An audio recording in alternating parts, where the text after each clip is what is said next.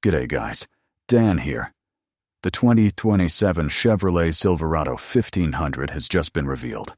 And this is not a facelift. This is not a refresh. This is a ground-up redesign.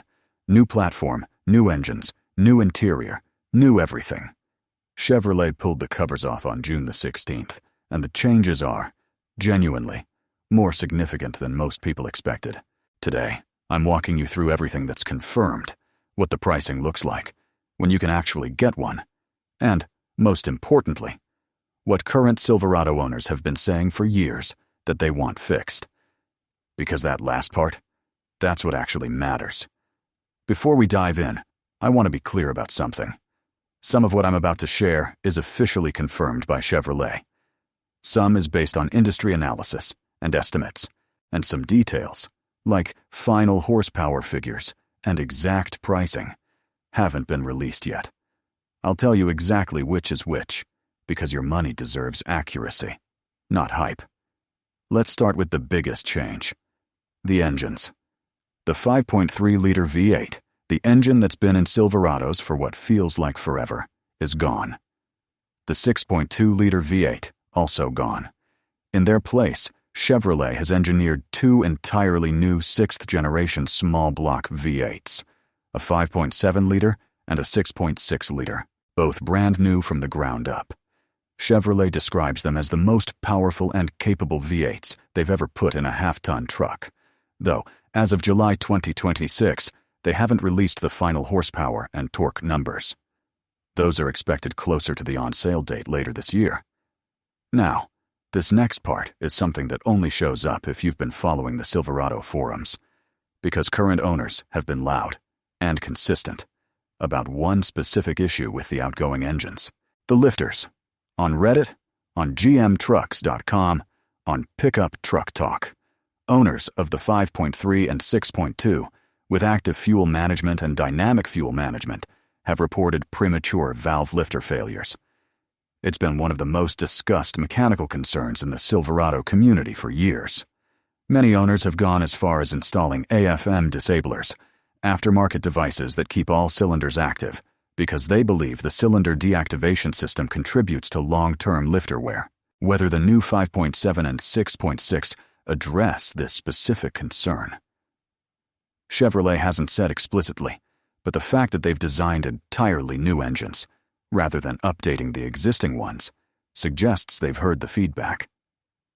The 2.7-liter TurboMax four-cylinder returns, now paired with a new 10-speed automatic transmission, delivering what Chevrolet calls best-in-class standard torque. And the 3.0-liter Duramax turbo diesel is back too, the only diesel option in the half-ton segment. Current Duramax owners consistently report real-world fuel economy of around 22 to 26 miles per gallon in mixed driving, roughly 9 to 11 liters per 100 kilometers. Some owners on longer highway runs report touching 28 to 30 mm. For a full-size truck, those numbers are genuinely impressive. But here's where it gets interesting. The transmission. The other major topic on the Silverado forums, alongside the lifter discussion, has been the transmission. The 8-speed and 10-speed automatics in the outgoing generation have produced a consistent stream of complaints about shuddering, particularly the torque converter shudder that shows up between 40 and 70 miles per hour. Owners on Reddit describe it as feeling like driving over rumble strips. Some have had torque converters replaced under warranty. Others have installed transmission thermostat bypasses to lower operating temperatures. The 2027 hasn't had its transmission specifications fully detailed yet, but the fact that even the base TurboMax is moving to a 10-speed and the platform has been reworked from the ground up suggests Chevrolet is aware this needs to be better. Stay with me, because the interior is where the biggest visual difference lands. The cabin has been completely redesigned. Every single 20 to 27 Silverado, including the base work truck, now comes standard with a 16.3-inch center touchscreen. That's the largest standard screen in the segment. Paired with a 12.2-inch digital instrument cluster, the dashboard is now an edge-to-edge digital cockpit. On the ZR2 and High Country trims, there's an additional 11.5-inch passenger side screen, so the person riding shotgun gets their own display, And this is the detail that surprised me the most in the research. Current Silverado owners, particularly those on Reddit's r/r Silverado, have been vocal about two specific interior frustrations. First, the infotainment bugs. Apple CarPlay connection drops, blank screens requiring full restarts, backup camera glitches. Second, the interior plastics, creaking trim pieces, loose steering wheel covers, a general feeling that the cabin didn't match the price tag, especially on trucks pushing $60,000, $70,000. Whether the 2027 resolves the software stability issues remains to be seen. Nobody's lived with it yet. But the physical interior quality. Based on the official reveal materials, Chevrolet has clearly invested in upgrading the materials and the build of the cabin. Now, let me share the other side, because this part is where the truck really earns its reputation. Current Silverado owners, for all their frustrations with lifters and transmissions and infotainment glitches, consistently describe the truck as a genuinely capable and comfortable daily driver. On forums, owners in Houston and Dallas talk about the highway ride quality: smooth, composed, quiet at speed. Owners in Toronto and Calgary describe the truck's ability to handle Canadian winters, -20, snow clearing off the hood at 6 a.m., the heated seats and heated steering wheel becoming essential features. And owners who tow boats, campers, equipment trailers consistently praise the trailering camera system, which offers up to 14 different views, including a transparent trailer feature that lets you essentially see through your trailer when reversing. The 2027 takes this further with Super Cruise, Chevrolet's hands-free driving system, now available on more trims, and, critically, supporting hands-free trailering. That means on compatible highways, the truck can maintain lane position, speed, and following distance while you're towing, without your hands on the wheel.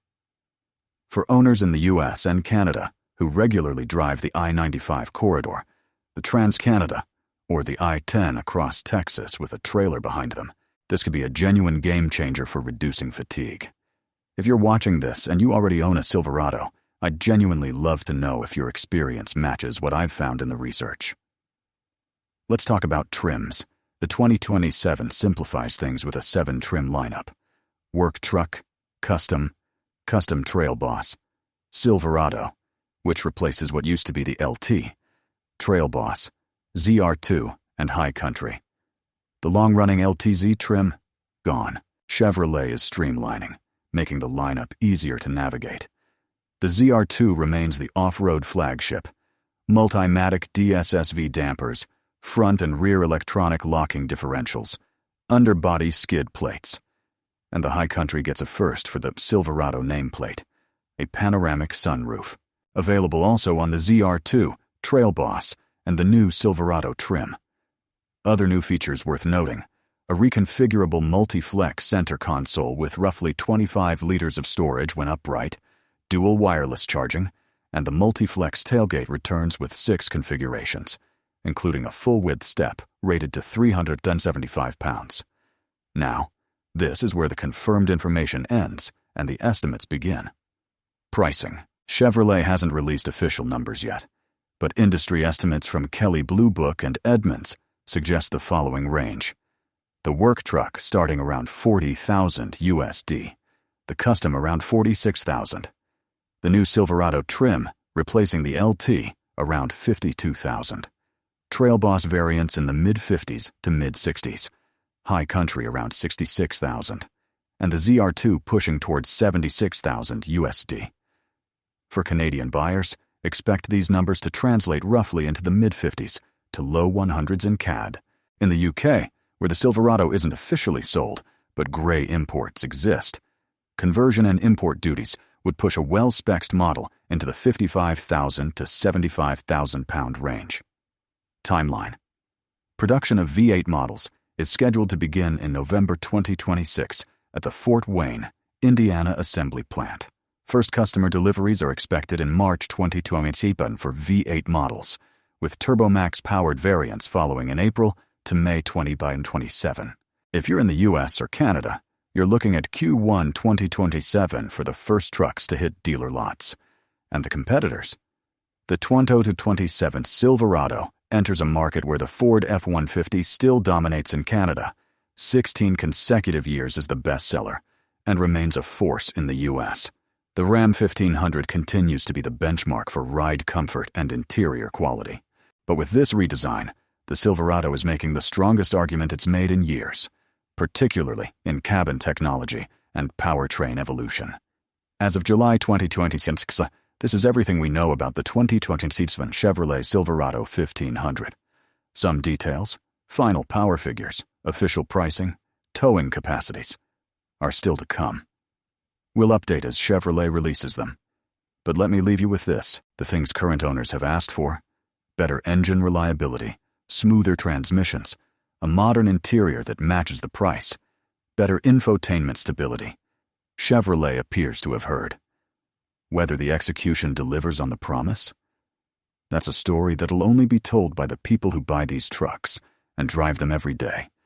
And when they do, we'll be here to share those stories. If you own a current Silverado, I want to hear from you. What's the one thing you need the 2027 to fix? Drop it in the comments. I read every single one. And tell me, are you going to wait for the 2027 or buy the current model while the deals are good? There's no wrong answer, just different priorities. We covered the Ford F-150 recently, and the ownership experience compared to the Silverado is surprisingly different. If you're cross-shopping, that video will give you the other side of the story. Next week, we're looking at a truck that outsells everything in Australia, the Ford Ranger, and the ownership stories from owners who've lived with it for 12 months are genuinely fascinating.